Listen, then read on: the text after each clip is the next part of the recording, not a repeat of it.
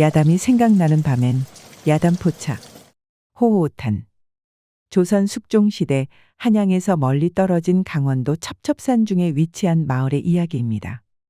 봄에는 진달래와 철쭉이 산을 붉게 물들이고 여름에는 짙은 녹음이 우거지며 가을에는 단풍이 화려하게 타오르고 겨울에는 하얀 눈이 온 세상을 덮는 아름다운 곳이었습니다.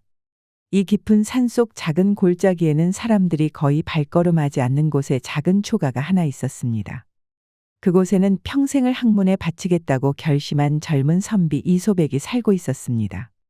소백산의 정기를 받아 태어났다 하여 이름 지어진 그는 과거에 한번 급제한 경험이 있었으나 조정의 권력 다툼과 혼탁한 정치의 환멸을 느껴 관직을 버리고 이곳으로 응거하게 되었습니다.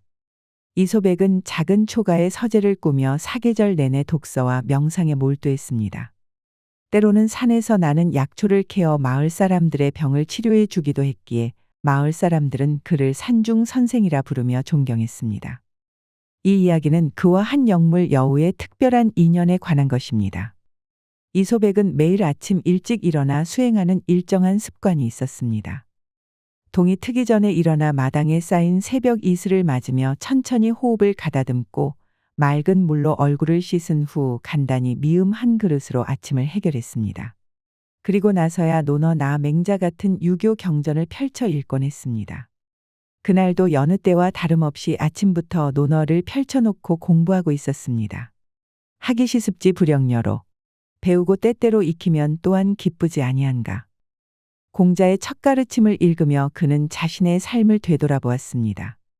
가을이 깊어가는 날씨였기에 산속은 이미 쌀쌀했고 밤사이 내린 서리가 아직 녹지 않았습니다. 방 안에서는 작은 화롯불을 피워 손을 녹이며 책을 읽고 있었습니다. 창밖으로는 단풍이 붉게 물든 나뭇잎들이 바람에 흩날리는 모습이 보였습니다. 쿵! 갑자기 들려온 소리에 이소백은 고개를 들었습니다. 누군가 문을 두드리는 소리 같았습니다. 하지만 이 깊은 산속에 누가 찾아올 일이 있을까요? 한 달에 한 번 보름날에 마을에서 쌀과 필요한 물건들을 가지고 오는 젊은이 외에는 거의 방문객이 없었습니다. 그것도 오늘은 초순이었습니다. 이소백은 조심스럽게 문을 열었습니다. 그런데 문 앞에는 아무도 없었습니다. 단지 바람만이 쌀쌀하게 불어올 뿐이었습니다. 눈을 찌푸리며 주변을 둘러보았으나 사람의 기척은 찾을 수 없었습니다. 그는 고개를 갸웃하며 문을 닫으려 했습니다. 도련님, 낮고 가늘게 들려오는 목소리의 이소백은 다시 주변을 살폈습니다. 그리고 마당 한 구석에 서 있는 작은 붉은 여우를 발견했습니다. 여우는 그를 바라보며 앉아 있었습니다.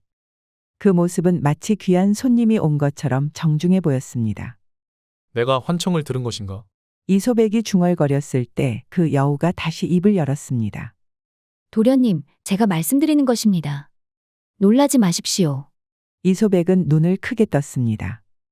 여우가 말을 하고 있었습니다. 그는 잠시 자신의 정신 상태를 의심했습니다. 어쩌면 너무 오랫동안 홀로 지내며 책만 읽다 보니 환각을 보는 것일지도 모른다고 생각했습니다. 도련님께서는 놀라셨겠지만 저는 이 산에 수백 년을 살아온 호선입니다. 도련님의 학문과 덕행에 감복하여 찾아왔습니다. 오래전부터 이 산에 은거하는 선비들을 지켜봐 왔지만 도련님처럼 순수한 학문에 열정을 가진 분은 드물었습니다. 여우는 공손하게 앞발을 모아 절을 했습니다. 이소백은 여전히 믿기지 않는 광경의 말을 잊지 못했습니다. 도련님, 제가 신뢰를 무릅쓰고 부탁이 있습니다. 추운 겨울이 다가오고 있어 잠시 도련님의 처마 밑에서 지내게 해주시면 감사하겠습니다. 큰 패는 끼치지 않겠습니다. 제가 할 수 있는 일이 있다면 기꺼이 돕겠습니다. 이소백은 한참을 생각한 끝에 고개를 끄덕였습니다. 도가의 서적에서도 동물이 오랜 세월을 지내면 영혼을 얻어 인간의 언어를 할 수 있다고 했습니다. 그리고 유교의 가르침에서도 모든 생명체를 존중하라고 했습니다. 게다가 이 깊은 산속에서 홀로 지내는 날들이 때로는 외롭게 느껴지기도 했습니다. 좋소. 처마 밑에서 지내도 좋소. 하지만 주변 마을 사람들에게 해를 끼치지 말아야 하오. 고맙습니다, 도련님. 제 이름은 호초입니다. 도련님의 은혜 잊지 않겠습니다. 그리고 걱정 마십시오. 저는 결코 사람들을 해치지 않습니다. 그날부터 호초는 이소백의 초가 처마 밑에서 살게 되었습니다. 처음에 이소백은 여우가 말을 한다는 사실이 여전히 믿기지 않았지만 시간이 지나면서 점차 그 존재에 익숙해졌습니다. 호초가 처마 밑에 살게 된 지 한 달이 지났습니다. 매일 저녁이면 이소백은 호초를 위해 먹을 것을 조금씩 마련해 두었고 호초는 그것을 조용히 먹은 후 처마 밑에서 잠을 청했습니다. 그들 사이에는 묘한 신뢰가 형성되고 있었습니다. 가을이 지나고 겨울이 찾아왔습니다. 산속의 겨울은 매섭고 혹독했습니다. 첫눈이 내리던 날 호초는 이소백에게 말했습니다. 도련님, 이번 겨울은 유난히 추울 것 같습니다. 올해는 도토리와 밤이 일찍 떨어졌고 다람쥐들이 평소보다 2배나 많은 먹이를 모아두었습니다. 산짐승들은 모두 깊은 골짜기로 피신했습니다. 이소백은 놀랐습니다. 내가 그런 것까지 알 수 있느냐? 네, 저는 산의 기운을 읽을 수 있습니다. 300년을 살다 보니 자연의 징조를 알아차리게 되었습니다. 도련님께서도 더 많은 땔감을 준비하시는 것이 좋을 것 같습니다. 이소백은 호초의 조언에 따라 평소보다 많은 땔감을 미리 준비해 두었고 마을 사람들에게도 호랑이가 내려올 수 있으니 조심하라고 당부했습니다. 그 말대로 그의 겨울은 유난히 추웠고 마을 사람들은 이소백의 예지력에 더욱 감탄했습니다. 겨울이 깊어갈수록 산속은 더욱 추워졌습니다. 어느 날 밤 심한 눈보라가 치고 있었습니다. 바람 소리가 울부짖듯 사나웠고 눈은 마치 벽을 세우듯 하얗게 내려앉았습니다. 이소백은 호초가 추울까봐 염려되어 처마 밑을 살폈습니다. 호초는 몸을 둥글게 말고 누워 있었지만 그 몸은 눈보라에 떨고 있었습니다. 붉은 털 위로 하얀 눈이 쌓여 있었습니다. 호초야, 안으로 들어오렴. 밖에서는 너무 춥구나. 이런 날씨에는 사람도 견디기 어려운데 하물며. 이소백의 말에 호초는 놀라며 고개를 들었습니다. 그의 눈에는 망설임이 가득했습니다. 도련님, 그러시면 안 됩니다. 저는 그저 야생동물일 뿐입니다. 인간의 거처에 들어가는 것은 도에 어긋나는 일입니다. 게다가 여우는 예로부터 사람을 홀리는 요물로 여겨져 왔습니다. 이런 날씨에 밖에 있다가는 얼어 죽을 것이다. 어서 들어오거라. 나는 내가 요물이 아니라 오랜 세월을 살아온 지혜로운 영물임을 알고 있다. 겨울이 지날 때까지만이라도 함께 지내자. 호초는 잠시 망설이다가 조심스럽게 방 안으로 들어왔습니다. 발자국마다 눈이 녹아 물자국을 남겼습니다. 이소백은 화롯불 가까이에 깨끗한 짚을 깔아 자리를 마련해 주었습니다. 호초는 감사하다는 듯 몸을 웅크렸습니다. 도련님의 은혜에 어떻게 보답해야 할지 모르겠습니다. 보답이라니 그런 것은 필요 없다. 다만 내가 궁금하구나. 어찌하여 너는 말을 할 수 있느냐? 그리고 300년이라는 세월을 어떻게 살아왔느냐? 호초는 잠시 침묵했다가 이야기를 시작했습니다. 저는 이 산에서 300년을 살았습니다. 처음에는 평범한 여우였으나 이 산의 연기를 받아 점차 영물이 되었습니다. 인간들이 버린 책을 주워 읽으며 글을 배웠고 동네 사람들의 대화를 엿들으며 말을 배웠습니다. 오랜 시간이 지나면서 저도 모르게 인간의 언어를 할 수 있게 되었습니다. 호초는 자신이 임진왜란과 병자호란을 모두 겪었다고 했습니다. 전쟁통에 유실된 많은 책들을 자신이 모아두었다고도 했습니다. 그리고 산속에서 돌을 닦던 도사들과도 교류했다고 합니다. 이소백은 놀라움을 금치 못했습니다. 300년이나 산 여우라니 그것도 책을 읽을 줄 안다니. 하지만 어쩐지 그 말이 거짓말처럼 들리지 않았습니다. 그런데 도련님, 궁금한 것이 있습니다. 도련님께서는 왜 이렇게 깊은 산골에서 홀로 지내십니까? 도련님의 학식이라면 큰 벼슬을 하실 수도 있을 텐데요. 이소백은 잠시 생각에 잠겼다가 대답했습니다. 세상의 명예와 부는 내게 중요하지 않다. 나는 참된 학문과 도를 찾고 싶을 뿐이다. 그리고 이곳에서 자연과 함께하는 삶이 내게는 더 평화롭고 의미 있다. 조정에서는 권력을 위해 서로를 해치고 백성들의 고통은 외면한다. 그런 세상에서 살고 싶지 않았다. 호초는 고개를 끄덕였습니다. 도련님의 마음을 이해합니다. 제가 300년을 살며 본 인간 세상은 늘 그러했습니다. 욕심과 권력을 위해 서로를 해치고 전쟁을 일으키고, 하지만 도련님 같은 분들이 있기에 세상은 완전히 어둠에 잠기지 않는 것 같습니다. 그날 밤 두 존재는 밤늦도록 이야기를 나누었습니다. 이소백은 자신의 삶과 꿈에 대해 이야기했고 호초는 300년 동안 본 세상의 변화에 대해 이야기했습니다. 그 후로 호초는 이소백의 방에서 함께 지내게 되었습니다. 낮에는 주로 잠을 자고 밤에는 이소백과 함께 책을 읽거나 이야기를 나누었습니다. 이소백은 호초에게 유교의 가르침을 들려주었고 호초는 이소백에게 산속 동물들의 삶과 자연의 이치에 대해 들려주었습니다. 추운 겨울이 지나고 봄이 왔습니다. 눈 녹은 물이 졸졸 흐르고 산에는 새싹이 돋기 시작했습니다. 매화가 피고 진달래가 산을 물들이기 시작했습니다. 이소백과 호초는 그 겨울을 함께 보내며 더욱 깊은 유대감을 형성했습니다. 어느 봄날 산나무를 캐러 나간 이소백과 호초는 작은 시내가에 앉아 쉬고 있었습니다. 새들이 지저귀고 나비가 날아다니는 평화로운 풍경이었습니다. 갑자기 호초가 이소백에게 제안을 했습니다. 도련님, 오늘은 제가 특별한 곳으로 도련님을 모시고 싶습니다. 도련님께서 찾고 계신 참된 학문에 도움이 될지도 모릅니다. 지금까지 아무에게도 보여주지 않았던 곳입니다만 도련님께는 보여드리고 싶습니다. 이소백은 호초를 따라 깊은 산속으로 들어갔습니다. 그들은 가파른 산길을 오르고 또 올랐습니다. 사람의 발길이 닿지 않은 험한 길이었습니다. 바위 틈을 지나고 울창한 숲을 헤치며 때로는 가파른 절벽을 타고 올라갔습니다. 이소백은 평소 산행에 익숙했지만 이렇게 깊은 산 중에 들어온 것은 처음이었습니다. 조금만 더 가면 됩니다. 도련님. 저기 보이는 저 큰 바위 뒤에. 마침내 그들은 큰 바위 뒤에 숨겨진 작은 동굴 앞에 도착했습니다. 동굴 입구는 덩굴 식물로 가려져 있어 멀리서는 전혀 보이지 않았습니다. 이곳은 제가 300년 동안 모아온 책들을 보관하는 곳입니다. 인간들이 전쟁이나 화재로 잃어버린 귀중한 그리고 아무도 모르는 비밀스러운 책들이 많습니다. 임진왜란 때는 스스로 목숨을 버린 선비들의 서재에서 병자호란 때는 불타는 서원에서 구해낸 책들도 있습니다. 호초가 덩굴을 걷어내고 동굴 안으로 들어가자 이소백도 따라 들어갔습니다. 처음에는 어둡고 습한 공기가 느껴졌지만 안으로 들어갈수록 놀랍게도 건조하고 쾌적한 공간이 나타났습니다.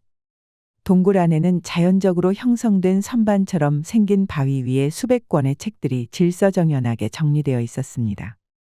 호초는 어딘가에서 등잔을 찾아와 불을 밝혔습니다. 그 빛 아래 드러난 광경에 이소백은 숨을 들이켰습니다. 그곳에는 그가 한 번도 보지 못한 고서들이 가득했습니다. 심지어 중국의 희귀본과 사라진 줄 알았던 고대 문헌들도 있었습니다. 이것들은 모두 내가 모은 것이냐? 이소백이 감탄하며 물었습니다. 네, 도련님. 저는 책을 사랑합니다. 인간들이 버린 책, 잃어버린 책, 잊혀진 책들을 모아왔습니다. 제 눈에는 이 책들이 모두 보물과 같습니다. 때로는 위험을 무릅쓰고 불타는 건물 속으로 들어가 책을 구해오기도 했습니다. 이소백은 감동했습니다. 그는 호초가 단순한 동물이 아니라는 것을 다시 한번 느꼈습니다. 그들은 그날 하루 종일 동굴에서 책을 읽었습니다. 이소백은 그곳에서 오래전 사라진 줄 알았던 희귀한 문헌들을 발견했습니다.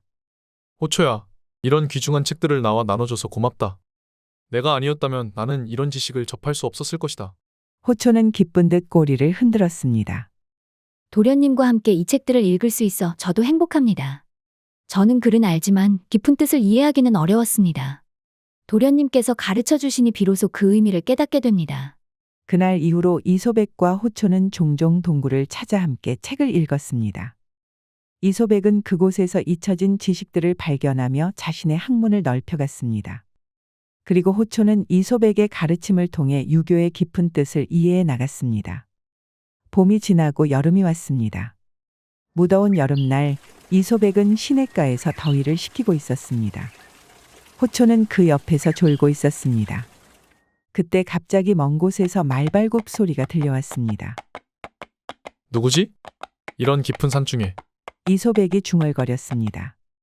호초는 즉시 귀를 쫑긋 세우고 주변을 살폈습니다. 도련님, 중원에서 온 사람들 같습니다. 그들의 기운이 심상치 않습니다. 몸을 숨기십시오. 얼마 지나지 않아 3명의 중국인 무사들이 나타났습니다. 그들은 이소백을 발견하고 말에서 내렸습니다. 당신이 이소백이요? 그들 중 하나가 서투른 조선말로 물었습니다. 이소백은 놀랐습니다. 그렇소만 나를 어떻게 아시오? 우리는 당신이 가진 비밀 서적을 찾으러 왔어. 황제내경에 잃어버린 부분과 도덕경의 비전 이 당신에게 있다고 들었어. 우리 스승님이 그 책을 보고 싶어 하시오. 호초는 이소백 뒤로 몸을 숨겼습니다. 그들은 호초를 보지 못한 듯 했습니다. 그런 것은 들어본 적이 없소. 내가 가진 것은 그저 평범한 유학 서적뿐이오. 이소백이 침착하게 대답했습니다. 거짓말 마시오. 우리는 그 책들이 이 산속 어딘가에 숨겨져 있다는 정보를 얻었어. 당신이 알고 있다면 순순히 말하시오. 그렇지 않으면 그들은 칼을 꺼내 들었습니다. 이소백은 당황했지만 비밀 동굴에 대해서는 끝까지 침묵을 지켰습니다. 호초는 그 모습을 지켜보며 조용히 숲속으로 사라졌습니다. 무사들은 이소백을 그의 초가로 끌고 갔습니다. 그들은 집 안을 뒤지기 시작했고 이소백을 기둥에 묶어 두었습니다. 그들은 하루 종일 이소백을 신문했지만 이소백은 끝내 입을 열지 않았습니다. 우리에게는 시간이 충분하오. 내일 아침까지 생각해 보시오. 그때까지 대답이 없으면 당신은 물론 이 근처 마을 사람들에게도 좋지 않은 일이 생길 것이오. 밤이 깊어지자 무사들은 지쳐 잠이 들었습니다. 그때 호초가 조용히 창문으로 들어왔습니다. 도련님, 제가 왔습니다. 조용히 하십시오. 호초는 이를 이용해 이소백을 묶은 밧줄을 끊기 시작했습니다. 호초야, 내가 어디 갔나 걱정했다. 이소백이 속삭였습니다. 호초는 이소백을 자유롭게 한 후 함께 조용히 밖으로 빠져나왔습니다. 그들은 깊은 산속으로 들어가 비밀 동굴로 향했습니다. 하지만 얼마 가지 못해 무사들이 그들의 탈출을 발견하고 뒤쫓아왔습니다. 도련님, 빨리 도망치십시오. 제가 그들을 따돌리겠습니다. 호초가 말했습니다. 안 돼, 호초야. 너는 그들을 당할 수 없어. 그들은 무기를 가지고 있다. 걱정 마십시오. 저는 이 산을 300년 동안 살았습니다. 그들은 저를 따라잡지 못할 것입니다. 저는 이 산의 모든 길을 알고 있습니다. 호초는 빠르게 다른 방향으로 달려가며 무사들의 주의를 끌었습니다. 이소백은 마지못해 동굴 쪽으로 달려갔습니다. 호초는 재빠르게 산길을 누비며 무사들을 깊은 계곡으로 유인했습니다. 무사들은 어둠 속에서 길을 잃고 헤매다가 결국 절벽에서 미끄러져 떨어지고 말았습니다. 치명적인 부상을 입지는 않았지만 그들이 쉽게 움직일 수 없을 정도였습니다. 호초는 그들의 상태를 확인한 후 다시 이소백을 찾아 동굴로 향했습니다. 하지만 그 과정에서 호초는 한 무사가 던진 비수의 다리를 심하게 다쳤습니다. 피를 흘리며 절뚝거리는 상태로 동굴에 도착한 호초는 이소백을 발견하고 안도했습니다. 호초야, 내가 다쳤구나. 이소백은 호초의 상처를 살펴보았습니다. 괜찮습니다, 도련님. 그들은 더 이상 우리를 찾지 못할 것입니다. 하지만 이제 우리는 이곳을 떠나야 합니다. 그들이 혼자 오지 않았을 수도 있습니다. 소문에 따르면 중원에서 비전서를 찾는 도사들이 많이 왔다고 합니다. 이소백은 호초의 상처를 치료한 후 그들은 동굴에서 가장 중요한 책들만을 챙겨 더 깊은 산속으로 향했습니다. 며칠 동안 그들은 산속을 헤매며 새로운 은신처를 찾았습니다. 마침내 그들은 깊은 골짜기 안에 있는 작은 암자를 발견했습니다. 그곳은 오래전에 스님이 살던 곳이었지만 지금은 버려진 상태였습니다. 이소백은 그곳에 새로운 거처를 마련했고 호초는 그의 곁을 지켰습니다. 하지만 이소백은 중원에서 온 무사들과의 싸움에서 입은 내상으로 인해 점차 건강이 악화되기 시작했습니다. 그는 자주 기침을 했고 때로는 피를 토하기도 했습니다. 여름이 지나고 가을이 왔습니다. 어느 날 이소백은 심한 열병에 걸렸습니다. 며칠 동안 고열에 시달리며 의식이 혼미한 상태였습니다. 호초는 걱정스러운 마음으로 이소백을 간호했습니다. 산에서 약초를 캐어 약을 다려주었지만 이소백의 상태는 나아지지 않았습니다. 도련님, 제발 정신을 차리십시오. 도련님께서 이대로 가시면 저는 어찌 살아갈까요? 호초는 눈물을 흘리며 이소백의 손을 잡았습니다. 하지만 이소백은 의식이 없는 상태로 열에 들떠 있었습니다. 때로는 헛소리를 하기도 했고 때로는 어린 시절 이야기를 하기도 했습니다. 호초는 결심했습니다. 산속 깊은 곳에는 영약이 있다는 소문이 있었습니다. 그것은 천년에 한 번 핀다는 천년홍이라는 꽃이었습니다. 그 꽃은 인간의 모든 병을 치료할 수 있다고 전해지는 신비로운 약초였습니다. 호초는 이소백을 구하기 위해 그 꽃을 찾아 떠나기로 했습니다. 도련님, 조금만 기다려 주십시오. 반드시 도련님을 구할 약을 가져오겠습니다. 호초는 이소백의 방을 떠나 가장 깊은 산속으로 들어갔습니다. 전설에 따르면 천년홍은 가장 높은 봉우리, 사람의 발길이 닿지 않는 절벽 위에 핀다고 했습니다. 그곳은 구름이 항상 둘러싸고 있어 운악봉이라 불리는 험준한 봉우리였습니다. 호초는 쉬지 않고 산을 올랐습니다. 그의 다리는 아직 완전히 나아지지 않아 절뚝거렸지만 이소백을 구하기 위한 의지로 계속 전진했습니다. 가파른 절벽을 올라가며 때로는 미끄러지기도 했고 때로는 날카로운 바위에 긁히기도 했습니다. 하지만 그는 포기하지 않았습니다. 사흘 밤낮을 쉬지 않고 찾아다닌 끝에 호초는 마침내 천년홍을 발견했습니다. 그것은 가파른 절벽 위 아무도 오르지 못할 것 같은 곳에 홀로 피어 있었습니다. 꽃은 붉은 빛으로 빛나고 있었고 그 주변에는 신비로운 기운이 감돌고 있었습니다. 마치 작은 해가 떠 있는 것 같았습니다. 호초는 조심스럽게 절벽을 올라 꽃에 다가갔습니다. 그런데 그때 갑자기 강한 바람이 불어 호초는 균형을 잃고 절벽 아래로 떨어질 뻔했습니다. 간신히 바위를 붙잡고 매달렸지만 상황은 위태로웠습니다. 그 아래로는 천길 낭떠러지가 보였습니다. 이대로 가면 도련님을 구할 수 없다. 내가 죽어도 도련님은 살려야 한다. 호초는 마지막 힘을 다해 절벽을 올라 천년홍을 입에 물었습니다. 꽃은 예상보다 단단했고 향기로웠습니다. 그리고 다시 조심스럽게 내려왔습니다. 하지만 내려오는 과정에서 호초는 뾰족한 바위에 다리를 심하게 다쳤습니다. 이전의 상처가 다시 터졌고 새로운 상처도 생겼습니다. 피가 흘렀지만 호초는 아랑곳하지 않고 천년홍을 가지고 이소백에게 돌아갔습니다. 암자에 도착했을 때 이소백의 상태는 더욱 위태로워져 있었습니다. 그의 얼굴은 창백했고 숨소리는 미약했습니다. 호초는 서둘러 천년홍을 준비했습니다. 도련님, 이것을 드십시오. 호초는 힘겹게 천년홍을 잎과 함께 갈아서 물에 타 이소백에게 먹였습니다. 그리고는 지치고 상처 입은 몸을 이끌고 이소백 옆에 쓰러졌습니다. 호초의 피는 계속해서 흘러나왔고 그의 의식도 점차 흐려져 갔습니다. 도련님, 제발 살아나십시오. 제발. 호초의 마지막 기도와 함께 밤은 깊어갔습니다. 다음 날 아침 이소백은 열이 내리고 의식이 돌아왔습니다. 그는 자신의 옆에 쓰러져 있는 호초를 발견했습니다. 호초의 다리는 상처로 가득했고 몸은 지쳐 보였습니다. 붉은 털은 곳곳이 엉켜 있었고 호초의 숨소리는 미약했습니다. 호초야, 이게 어찌 된 일이냐? 내가 나를 구한 것이냐? 호초는 약하게 눈을 떴습니다. 도련님, 깨어나셨군요. 다행입니다. 이소백은 호초의 상처를 발견하고 급히 상처를 치료해 주었습니다. 그리고 호초가 자신을 구하기 위해 천년홍을 찾아 위험을 무릅쓰고 갔다 왔다는 사실을 알게 되었습니다. 내가 나를 위해 그런 위험을 감수하다니. 어찌 이런 은혜를 갚을 수 있을까? 호초는 약하게 미소 지었습니다.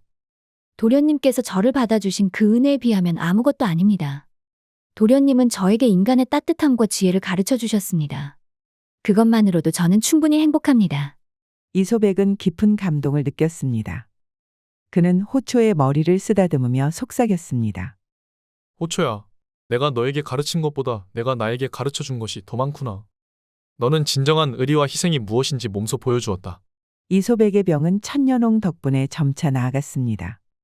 호초의 상처도 조금씩 아물어갔습니다.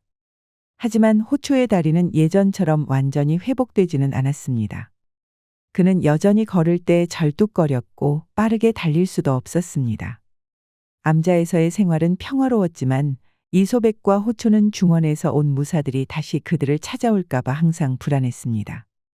때때로 그들은 마을 가까이에 가서 소식을 들었는데 실제로 중원에서 온 이상한 사람들이 여전히 산을 뒤지고 다닌다는 소문이 있었습니다. 어느 날 밤 호초가 조심스럽게 이소백에게 제안했습니다.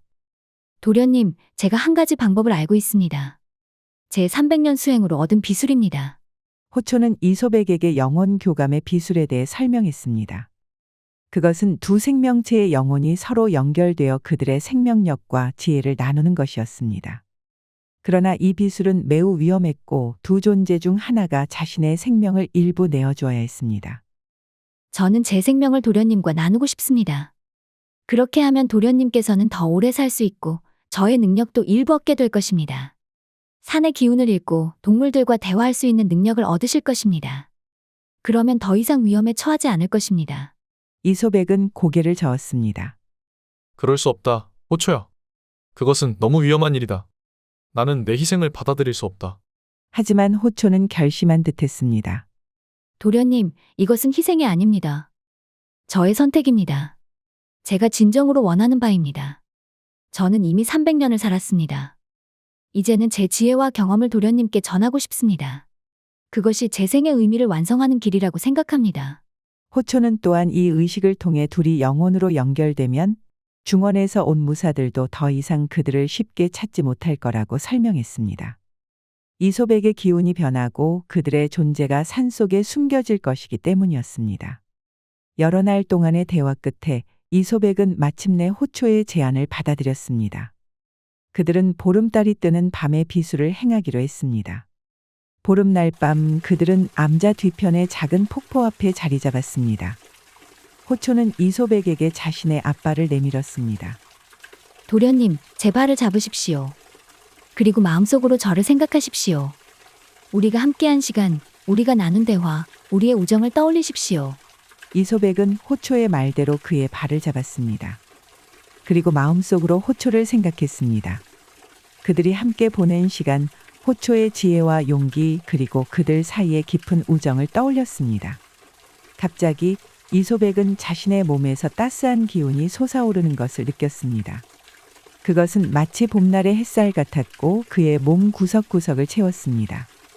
그리고 동시에 그는 호초의 기억이 자신의 것처럼 느껴졌습니다. 호초가 300년 동안 보고 겪은 모든 것이 마치 영화처럼 그의 눈앞에 펼쳐졌습니다. 호초 역시 이소백의 기억과 지식을 받아들였습니다. 유교의 깊은 가르침과 이소백의 학문적 지혜가 호초의 영혼에 스며들었습니다. 그들의 영혼이 하나로 이어진 순간 주변의 자연도 반응했습니다. 바람이 멈추고 폭포의 물소리도 잦아들었습니다. 달빛은 더욱 밝게 빛났고 그 빛은 두 존재를 감쌌습니다. 의식이 끝난 후 이소백은 자신의 몸이 더욱 가볍고 건강해진 것을 느꼈습니다. 그의 눈은 더욱 밝아졌고 귀는 더욱 예민해졌습니다.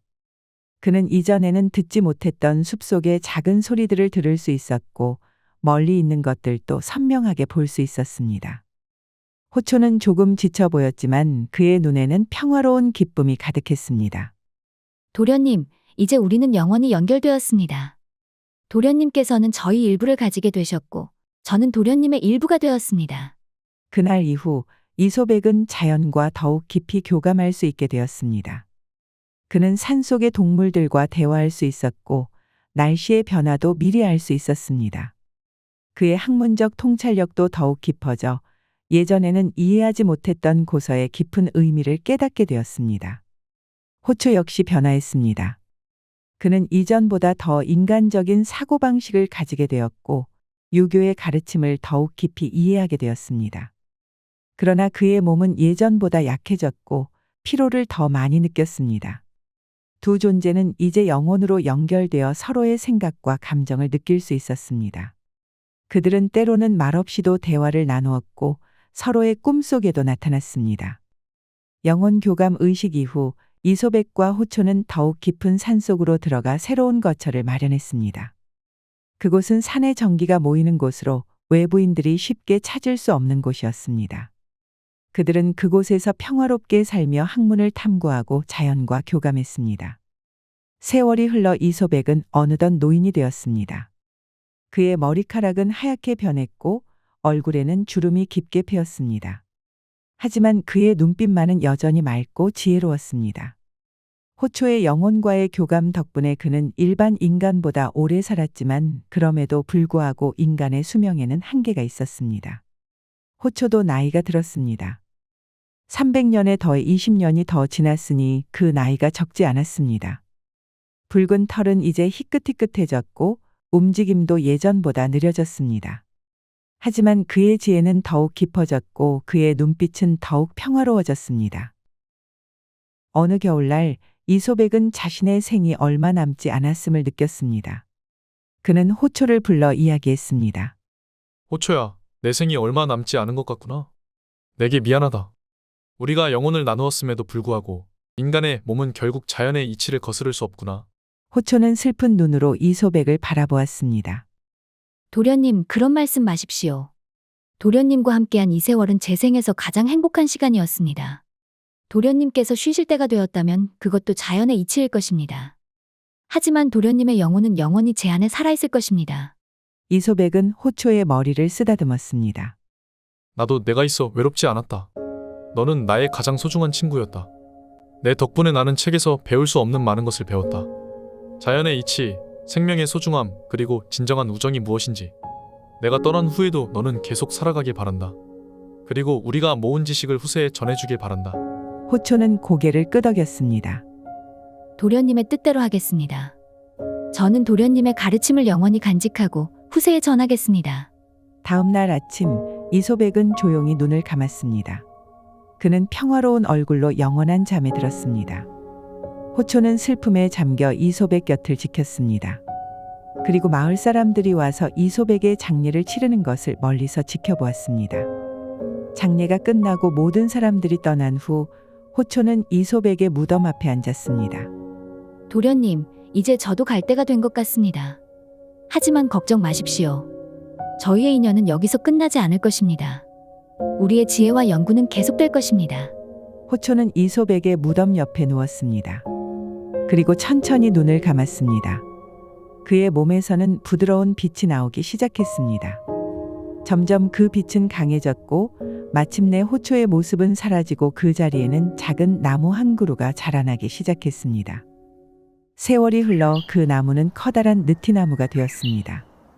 그 나무는 이소백의 무덤을 지키듯 그 옆에서 줄기를 뻗고 잎을 무성하게 키웠습니다. 마을 사람들은 그 나무를 선비나무라고 불렀습니다. 그리고 그 나무 아래에서는 종종 붉은 여우가 보인다는 소문이 퍼졌습니다. 또 다른 소문에 따르면 그 나무 아래에서 공부하는 사람들은 특별한 지혜를 얻는다고 했습니다. 어려운 문제가 있을 때 그 나무 아래에서 생각하면 해답이 떠오른다는 것이었습니다. 그래서 많은 젊은 선비들이 그 나무 아래에서 책을 읽게 되었습니다.